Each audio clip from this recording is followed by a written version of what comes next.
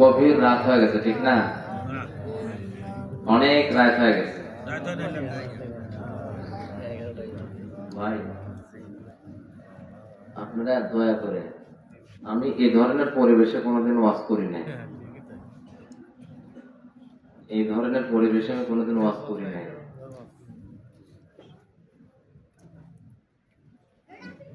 দুইটা টিভির মনিটর যদি এক জায়গা হয়, আপনি কোনটা দেখবেন? আমার বোঝার নাই। আপনারা তারা হিসাব করতেছেন, একটু মেহেরবানি করে হিসাবটা নিচে নিয়ে যান। আর যদি বলে যে কানেকশন হবে, তাহলে আমি কানেকশন করে দিই। আপনি এখানে হাত নাড়াবেন, এখানে কানে কানে কথা বলবেন, মানুষের মনস্কতা উদ্বেগ হবে। আমি কিছুই মুখস্থ করে কিন্তু আসিনি এখানে, কারণ শ্রোতাদের আকৃষ্ট চিন্তা চেতনা, ধ্যান ধারণা এবং চাহনের উপর বক্তার কথা আসবে। আমি নিজেও জানি না 2.5 ঘন্টা আলোচনা চলবে, করব। এই 2.5 ঘন্টা আলোচনা কোনো মানুষকে মুখস্থ করে রাখতে পারে বলেন? এটা একটা প্রেমের খেলা। আল্লাহ যেটা দেবে সেটা আমি বলবো, যেটা দেবে না আমি বলতে পারবো না। আমি দেখতেছি এখানে এখনো মাহফিলের যে একটা রূপ, মাহফিলের যে একটা রূপ, এই রূপটা এখনো আসে নাই। ইউটিউবে আমার আলোচনা আপনারা শুনছেন কতটুকু জানি না। 2 ভাইকে আমি সবেমাত্র ইউটিউবের আলোচনা শোনালাম, সেখানে হাজার হাজার মানুষের সমাগম। এবং আমি যখন মাইকে কথা বলবো, এই সামিয়ানার নিচে যে মানুষ আছে এটা নিউট্রাল বোঝা যাবে না।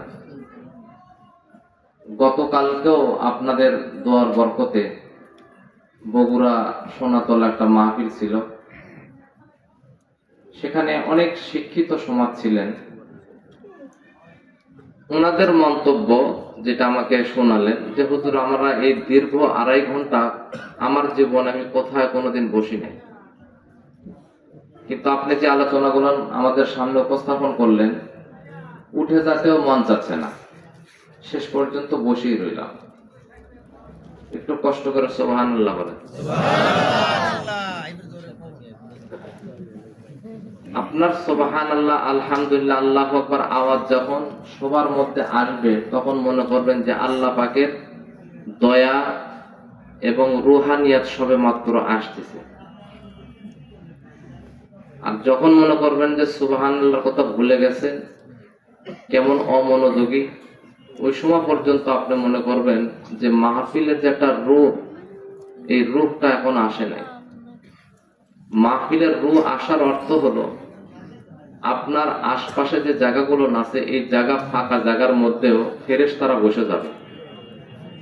আপনি ঠোঁট লড়াবেন, আওয়াজ করবে ফেরেশতা, সুবহানাল্লাহ। যদি তাই না হতো, যুদ্ধের ময়দানে সাহাবায়ে কেরাম একটু একটু কষ্ট করে বসেন। আলহামদুলিল্লাহ, এই যে আপনারা একটু মনোযোগ দিচ্ছেন না, মানুষজন ভেঙে চলে আসবে। এখন আসেন একটু। লা ইলাহা ইল্লাল্লাহ, একটু আগে আসেন, একটু আগে আসবেন ইনশাল্লাহ।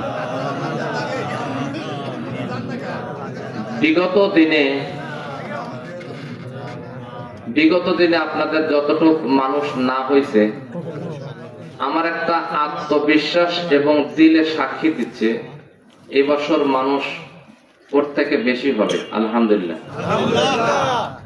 কারণ কি জানেন, যেখানে কোরআন সুন্নাহর সঠিক আলোচনা হয়, সেখানে মানুষের সাথে সাথে ফেরেশতারাও বসে যায়।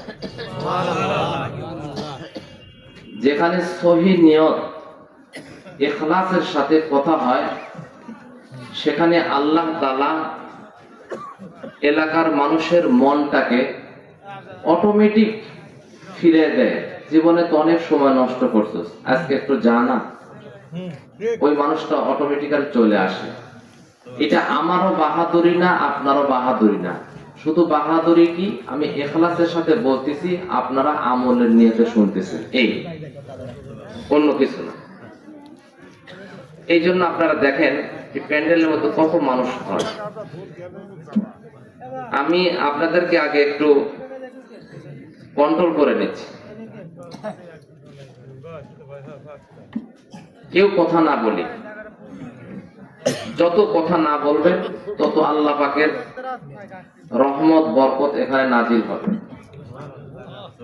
আপনারা তো বড় বড় মানুষ, তো আমাদের এক একটা ক্লাসে 100-150 ছাত্র থাকে। এই ছাত্রদেরকে আমরা একা হয়ে কন্ট্রোল করি, অথচ পরিবারের মধ্যে দেখবেন যে দুটো ছেলে একটা ছেলে, এই দুটো ছেলেকে কন্ট্রোল করার জন্য তার মা থাকে, বাপ থাকে, দাদা থাকে, ফুফু থাকে, দাদি থাকে, তার ভাই থাকে, তারপরও বলতেছে যে হুজুর শিকল দিয়ে বেঁধে রাখলে পারেও সম্ভব হয় না। বোঝাতে পারলাম কথা? এটা কারণ কি? এটা কারণ হলো একটাই, যে আপনি যে চেষ্টাটা করতেছেন ওর মধ্যে খোদাই কোনো মদদ নাই, আর শিক্ষকেরা যে কষ্টটা করতেছে এটা আল্লাহ তাআলাকে খুশি করার জন্য। এতটুকুই পার্থক্য। আপনি দেখেন বড় বড় সমাবেশ যেখানে চলতেছে, রাজনৈতিক সমাবেশ, মানুষ যায় না, এবং যদিও যায় শুধু ওই মাহফিলটাকে কন্ট্রোল করার জন্য র্যাব, বিডিআর, পুলিশ স্তর বাই স্তর কন্ট্রোল করার জন্য বিভিন্ন দিকে পায়চারা করে। তারপরও কি তারা চুপচাপ থাকে না?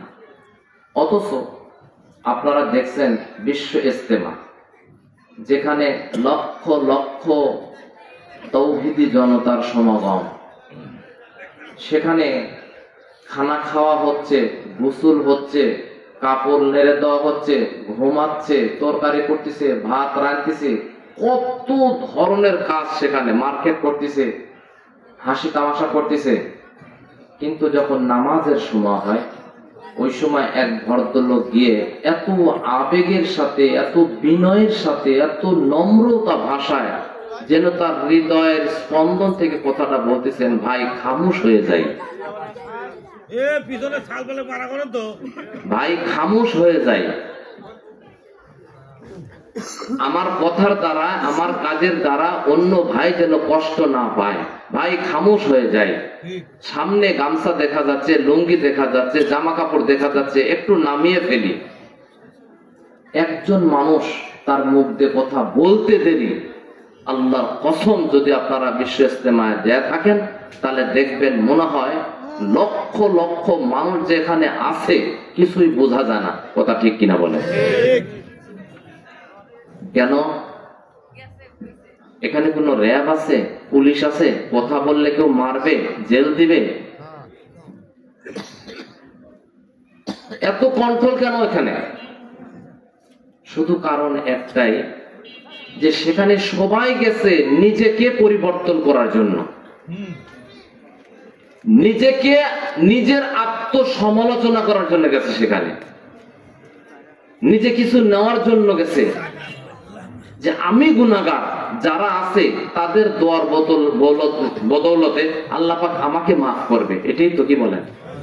যার কারণে সেখানে কোনো প্রশাসনিকের দরকার হয় না, কোনো স্বেচ্ছাসেবকের দরকার হয় না, র্যাব, পুলিশ, আর্মির দরকার হয় না। সেখানে অটোমেটিক্যাল আল্লাহ পাকের রহমত বরকত অনবরত নাজিল হচ্ছে, আর সবাই নিজ নিজ কাজ করতেছে।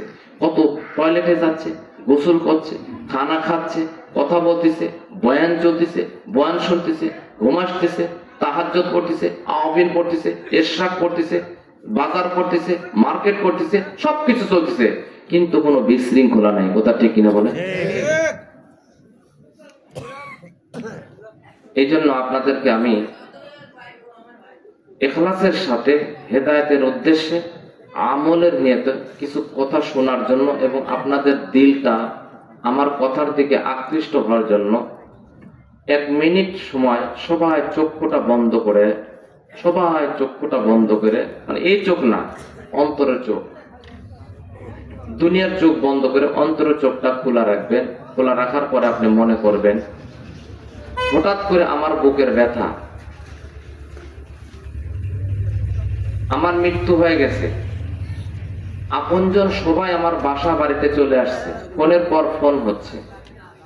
কেউ বাঁশ কাটার জন্য যাচ্ছে, কেউ কবর খোনার জন্য যাচ্ছে, কেউ সাদা মার্কিন কাপড় ক্রয় করার জন্য যাচ্ছে, কেউ বড়ের পাতা দিয়ে গরম পানি করতেছে। আমার আপনজনেরা কাঁদতেছে। কিছুক্ষণ পর আমার ধোয়া হয়ে গেল। এরপরে আমার নাকের মধ্যে তুলা দেওয়া হলো, কানের মধ্যে তুলা দেওয়া হলো, সুরমা আতর লাগানো হলো। অতঃপর জানাজা কমপ্লিট, আমাকে খাটিয়ার উপর উঠানো হলো। সবাই একবার করে আমার চেহারা দেখতেছে। সবাই বলতেছে দেরি করা যাবে না, নিয়ে চলো, তাড়াতাড়ি কবরে নিয়ে চলো। কবরে নিয়ে গেছে, বিশাল বড় গর্ত, সেখানে নামানো হয়েছে। সবাই চোখের পানি, কেউ কষ্ট পাচ্ছে, কেউ দুঃখ পাচ্ছে, কেউ আফসোস করতেছে, কেউ হতাশ হচ্ছে। এর মাঝখানে দিয়ে আমাকে কবরে, ঠান্ডা মাটি, ঠান্ডা জায়গা, বালিশ নাই, খেতা নাই, আলো নাই, কোনো ফ্যানের ব্যবস্থা নাই, এমন একটা জায়গাতে আমাকে তিনজনে ধরে নামিয়ে ফেললো। অতঃপর সবাই দেখি যে উপরে খুব ব্যস্ত। কিসের ব্যস্ত? সবাই বলে খাড়ার দাও, চারার দাও, পা মাটি দাও। মিনহা খলাকনাকুম অফিহা নুঈদুকুম অমিনহা নুখরিজুকুম তারাতান উখরা। একের পর এক বলতেছে। আর আমার আপনজন, আমার ছেলে, আমার ভাই বেরাদার, তারা পর্যন্ত আমাকে ঢাকে দেওয়ার জন্য 3 মুঠো মাটি আমার কবরের উপর ফেলাচ্ছে। আমি মনে করলাম যে হয়তো এরা থাকবে। কিছুক্ষণ পর সব যখন বন্ধ হয়ে গেল, বন্ধ হয়ে যাবার পরে সুন্দর করে আমাকে যখন একবারে কমপ্লিট করা হলো, শুধু অন্ধকার আর অন্ধকার। মানুষ যখন কবর থেকে 40 কদম হেঁটে চলে গেল, ওই সময় হঠাৎ করে আমার কাছে নাকির মুনকিরের আবির্ভাব ঘটে গেল। নাকির মুনকির আসার পরে আমাকে জিজ্ঞাসা করতেছে, রবের পরিচয় দাও, ধর্মের পরিচয় দাও, রহমাতুল্লিল আলামিনের পরিচয় দাও। এই 3টা প্রশ্ন করার সাথে সাথে আমি যদি রবের পরিচয় দিতে পারি, ধর্মের পরিচয় দিতে পারি, দিনের পরিচয় দিতে পারি, তাহলে ওই কবর আমার সাথে ভালো ব্যবহার করবে। আর যদি কবর আমি যদি 3টা প্রশ্নের উত্তর দিতে না পারি, তাহলে আল্লাহ তাআলা বলবে ওই নাফরমানের কবরটাকে 2 পাশের মাটি দিয়ে চাপা দাও। আল্লাহ পাকের এই অর্ডার পাইয়া কবর তাকে এমন ভাবে চাপা দিবে যেন ডান পাশের হাড্ডি বাম পাশে, বাম পাশের কামারের হাড় ডান পাশে, একদম জোরে চাপা দিবে। আর এত জোরে চিৎকার করবে যে চিৎকারটা দুনিয়ার মানুষ শুনবে না, কিন্তু পশু পাখি যারা আছে সবাই শুনবে, কিন্তু মানুষ শুনবে না। যার কারণে তো মাঝে মধ্যে দেখা যায় যে আমরা কবরস্থানের বকরি দারক সিটে দৌড় মারছে, কুকুর দৌড়াদৌড়ি করতেছে, ধুমা উঠতেছে, ভয়ঙ্কর আওয়াজ শোনা যাচ্ছে। এমন যখন আওয়াজ দিবে, ওই আওয়াজ সবাই শুনবে, মানুষ শুনবে না। যদি মানুষ শুনতো তাহলে মানুষ ঘর সংসার করতে পারতো না। বাড়ি ঘর, টাকা পয়সা, অর্থ করি, ছেলে, সহায় সম্পদ সবকিছু রেখে জঙ্গলার দিকে দৌড়াতো। আর সেখানে যা বলতো, আয় আল্লাহ, আমি যদি গাছের পাতা হয়ে যেতাম ছাগলে খেয়ে ফেলতো, আমি যদি ঘাস হইতাম বকরি খেয়ে ফেলতো, গরুয়ে খেয়ে ফেলতো, আয় আল্লাহ আমি যদি মাটি হইতাম আমি মিশে যাইতাম। এমন ভাবে চিৎকার করতো। আর সে দুনিয়ার কোনো খোঁজ খবর তার জন্য থাকতো না। এমন একটা মনে মনে চিন্তা করেন যে আমার চোখের সামনে কত মানুষ চলে গেল, তাজা তাজা মানুষ চলে গেল। আমার দাদা নাই, আমার বাবা নাই, আমার আপনজন নাই, কেউ নাই, আমিও তো থাকবো না। আমি দুনিয়াতে একটু কাজ যদি উল্টাপাল্টা হয় আমার সহ্য হয় না। এখন যদি আমি চলে যাই তাহলে ওই কাজটা আমি যেমন করে চাচ্ছিলাম তেমন করে কে করবে? এখন তো আমার চলে যাওয়ার সময় হয়ে গেছে। 1 কদম দিছি, 2য় কদম দিতে পারবো কিনা? কারণ আমার আগেও যারা ছিল তারাও দুনিয়াতে থাকার চেষ্টা করছে, আমি চেষ্টা করলেও পারবো না। অতএব মরতে আমাকে হবেই। কিসের দুনিয়া, কিসের সন্তান, কিসের আপনজন, এগুলো সবকিছু ছেড়ে, ধন বলেন, সম্পদ বলেন, টাকা পয়সা বলেন, গাড়ি বাড়ি বলেন, ঐশ্বর্য বলেন, রূপ লাবণ্য বলেন, সবকিছু ছেড়ে ছেড়ে আমাকে চলে যেতে হবে। যাওয়ার সময় আমি দুনিয়াতে যে পোশাকটা পরছিলাম সেই পোশাক আমাকে দিবে না, বরং ওই পোশাকটাকেও বেলেট দিয়ে কেটে কেটে রেখে আমাকে সাদা কাফন পরানো হবে। এমনটা মনে করে নিজের মনকে বোঝানো, ও মন দেখ তুই কত মানুষের উপর জুলুম করছস, ও মন তুই দেখ কত মানুষের মন ভাঙছস,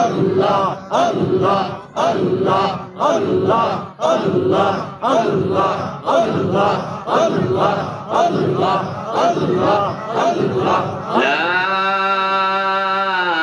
ইলাহা ইল্লাল্লাহু মুহাম্মাদুর রাসূলুল্লাহ।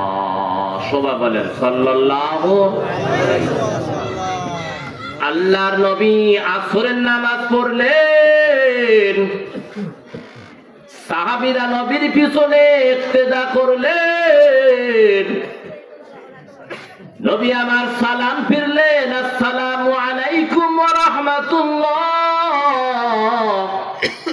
আসসালামু আলাইকুম ওয়া রাহমাতুল্লাহ। সব সাহাবী মসজিদে নববী থেকে বের হয়ে চলে গেলেন। সবে মাত্র একজন সাহাবী হযরতে ওমর, বলেন আল্লাহু আকবার।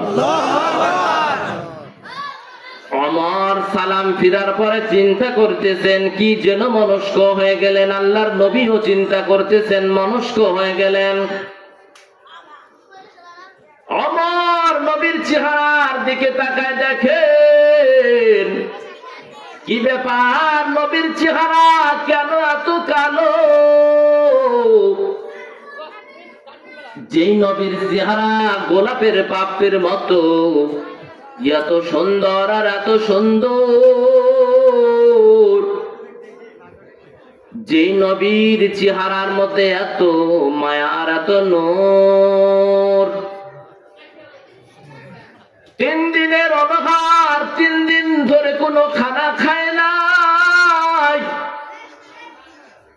পেটটা যেন পিঠের সঙ্গে লেগে গেছে, শুধু কান্নার আওয়াজ। এই ক্ষুধার্ত মানুষ, তারপরও যদি আমার মায়ের নবীর ওই নুরানি চেহারার দিকে একবার তাকাইতো, ওই ক্ষুধার্ত ব্যক্তি তাকানো দেরি, একটু তাকাইতে না তাকাইতে তার 3 দিনের ক্ষুধা নিবারণ হয়ে যাইত। হাসান হোসেন ডাক দিয়া কয়, আম্মা আজকে তো আমাদের ঘরে কোনো খানা হয় নাই। এরে আম্মা জান, তোমার বাবা আমার নানা তো বড় বিশ্ব নবী, যাও তুমি আমার নানার কাছে যাও, আমাদের চুলায় আগুন জ্বলে না, একটু নানার থেকে কিছু নিয়ে এসে আমাদের খানার ব্যবস্থা করো। ফাতেমা রাদিয়াল্লাহু তাআলা আনহা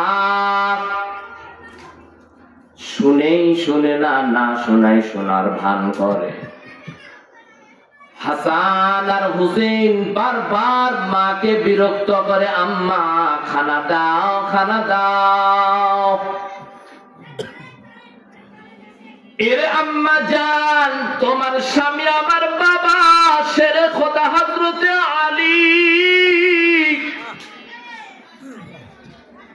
নবীর একজন বিশিষ্ট সাহাবী।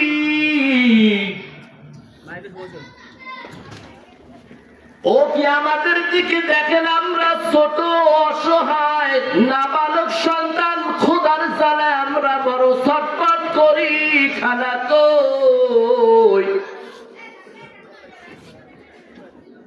বারবার যখন আল্লাহর নবীর ছোট ছোট নাতি হাসান আর হুসাইন কান্না করে, ওই সময় ফাতেমা একবার বিরক্ত হয়ে যায়।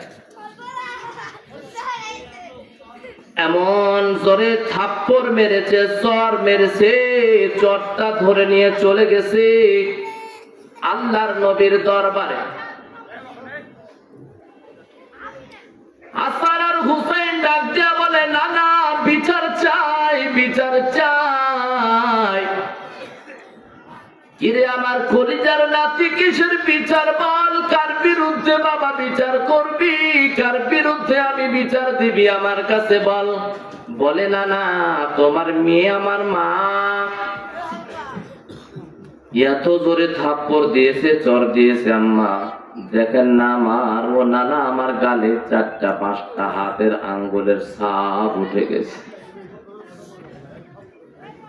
মায়ার নবী আমার চোখের পানি ফেলাইয়া হাসান আর হুসেনের বুকে জড়াইয়া বলে, আয় আয় তোর মায়ের বিচার করবো, আয় আয়।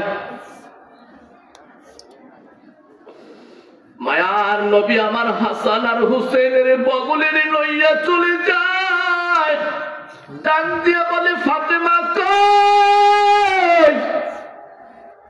আমার ছোট ছোট নাতি এখনো বোঝা শিখে নাই, তুমি কেন এদেরকে মানলা বলো? বলে, আব্বা জান, আমার চুলায় তো কোনো খানা নাই, আজকে 3 দিন যাবত আমি কিছু রাঁধতে পারি না। হাসান আর হুসাইনের বোঝানোর জন্য ও বাবা আমি পাতিলে কিছু পাথর দিয়া কিছু পানি দিয়া জাল দিয়ে বলে, তারা তোদের জন্য খানা পাক হইতেছে রে সন্তান তারা। হাসান হুসেন যখন জানতে পারলো না কোনো খানা নয়, ও বাবা ওই সময় বারবার আমাকে বিরক্ত করতেছিল, যার কারণে আমি বিরক্ত সহ্য না করতে পেরে থাপ্পড় দিয়েছি। হাসান আর হুসেনকে নানা ডাক দিয়ে বলে, ভাই চ আমার সঙ্গে চ, তোর মা তো অনেক কষ্ট নিয়ে তোদেরকে মেরেছে, তোদেরকে খানা আমি দিব। হাসান হোসেন চোখের পানি ফেলাইয়া বলে, নানা যান আর খানা খাইতে হইব না রে নানা যান, আর খানা লাগবো না। ও দাদা 3 দিন যাবত খানা খাই নাই, ক্ষুধায় পেটটা যেন পিঠের সঙ্গে লেগে গেছে, কোমরটা যেন বাঁকা হয়ে গেছে। খোদার কসম নানা তোমার ওই নুরানি চেহারার দিকে যখন একবার তাকাই, ওই সময় আমাদের 3 দিনের ক্ষুধা একেবারে নিবারণ হয়ে গেছে।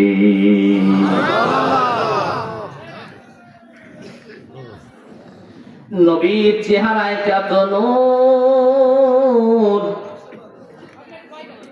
একবার যদি নবীর চেহারার দিকে কেউ তাকায়, নবী আমার বলে ইখলাসের সাথে আমার চেহারার দিকে যদি কেউ একবার তাকায়, তার জীবনের সব সগীরা গুনাহ মাফ, জাহান্নামের আগুন তার জন্য হারাম। খলিফাতুল মুসলিমিন ওমর রাহমাতুল লিল আলামিনের দিকে তাকায় দেখেন নবীর চেহারাটা কেমন যেন বিবর্ণ হয়ে গেছে, কালো হয়ে গেছে, কিন্তু বলতে সাহস পায় না যদি বেয়াদবি হয়ে যায়। আমি যদি প্রশ্ন করি নবী বেয়াদবি হয়ে যাবে, দুঃখ পাইবে, কষ্ট পাইবে, না না, আমার নবীকে আল্লাহ কত ভালোবাসতো, আল্লাহ পর্যন্ত ইয়া রাসূলুল্লাহ ইয়া হাবিব বলে ডাক দেয় না, আল্লাহ পর্যন্ত নবীকে ডাক দেয় ইয়া আইয়ুহাল মুদ্দাসসির, ইয়া আইয়ুহাল মুযাম্মিল, ইয়াসিন ওয়াল কুরআনিল হাকিম, তাহা মা আনজালনা আলাইকাল কুরআনা লিতাশকা। আল্লাহ যেহেতু নবীকে এত সম্মান দিয়ে ডাকছে, আমি ওমর, আমি তো কিছুই নয়, সেই জায়গাতে আমি নবীকে কি প্রশ্ন করব? না না, আমার দ্বারা বেয়াদবি করা সম্ভব নয়। আল্লাহর নবী কিছুক্ষণ পর ওমরের দিকে তাকাইলেন, কি ব্যাপার? ওমরের চেহারাটা বড় বিবর্ণ হয়ে গেছে। কোন সেই ওমর? এত ধনীর ছেলে, এত ধনীর ছেলে, ওই মক্কা মদিনাতে যদি একটা কাপড় একবার ইউজ করতো, ওই কাপড়টা দ্বিতীয়বার আর করতো না। কেউ যদি বলে কই ওমর, কই ওমর, কই ওমরকে আমার দরকার প্রয়োজন, ওমর কোথায়? বলে দিত তুমি ওমরকে যদি খুঁজতে চাও, ওমরের সন্ধান যদি পেতে চাও, রাস্তা দিয়ে চলো, যতক্ষণ পর্যন্ত সেন্ট পাবে, যতক্ষণ পর্যন্ত খুশবু পাবে, যে রাস্তা দিয়ে খুশবু পাইবে চলতেই থাকবে। যেখানে খুশবু শেষ সেখানেই ওমরকে তোমরা খুঁজে পাইবা। কেমন নবীর সাহাবী দামি, আল্লাহ তাআলা ওমরকে কত ভালোবাসতো। আল্লাহর নবী বলেন, লাউ কানা বাদি নাবিয়ান লাকানা ওমর, আমি নবীর পরে আল্লাহ যদি কোন নবী পাঠাইতো তাহলে হযরত ওমরকে আল্লাহ নবী হিসেবে প্রেরণ করত। এ কেমন ওমর, যার ইতিহাস বললে চোখে পানি রাখা সম্ভব নয় রে মুসলমান। ওমরকে আল্লাহ কত ভালোবাসতো, ইতিহাস খুলে দেখো। কোন সেই ওমর? আল্লাহর নবী সাহাবা কেরামকে নিয়ে বাইতুল্লাহ তাওয়াফ করলেন, 7 চক্কর মারলেন বাইতুল্লাহকে। নবীর বড় মনের তামান্না, আল্লাহর ঘর তাওয়াফ করার পরে আমি 2 রাকাত শুকরিয়ার নামাজ পড়ব। নবী আমার মনে মনে জাগা,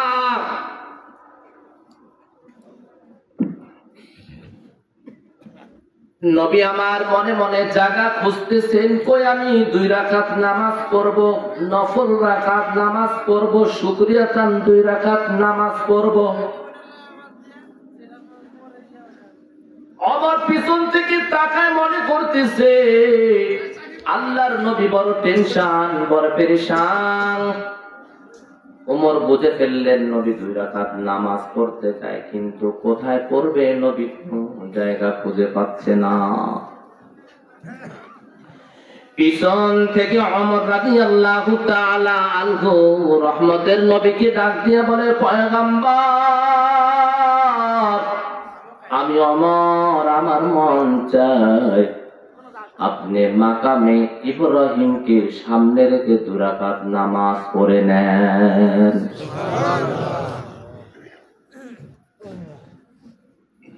মা ইয়ানতিকু আনিল হাওয়া ইন হুয়া ইল্লা ওয়াহয়ুন ইউহা, আল্লামা শাদীদুল কুওয়া যু মিররাতিন ফাস্তাওয়া ওয়া হুয়া বিল উফুকিল আ'লা। मोहम्मद हरगिज न गुफ्ता ताना गुफ्ता, जिब्राइल जिब्राइल हरगिज न गुफ्ता ताना गुफ्ता रब्बुल जलील। আমার নবী দুনিয়াতে কোনো কথাই বলতেন না যতক্ষণ পর্যন্ত জিব্রাইল আমিন তাকে কথা বলার অনুমতি না দিতেন।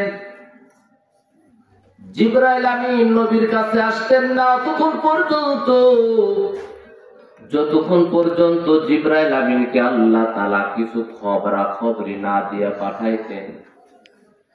অতএব ওমর রাদিয়াল্লাহু তাআলা আনহু যখন পয়গম্বরকে বললেন, ও পয়গম্বর, আপনি মাকামে ইব্রাহিমকে সামনে রেখে 2 রাকাত নামাজ পড়ে নেন। নবী আমার আনসান করতেছে, না না, ওমর তো নবী না, ওমরের কথা তো আমার শুনলে চলবে না। উপর থেকে কি ফয়সালা আসে, উপর থেকে যে ফয়সালাটা আসবে সেই ফয়সালা অনুযায়ী আমি 2 রাকাত নামাজ পড়ব। নবী আমার চিন্তায় বিভোর, তো উপর থেকে কোনো ফয়সালা কেন আসে না? নবী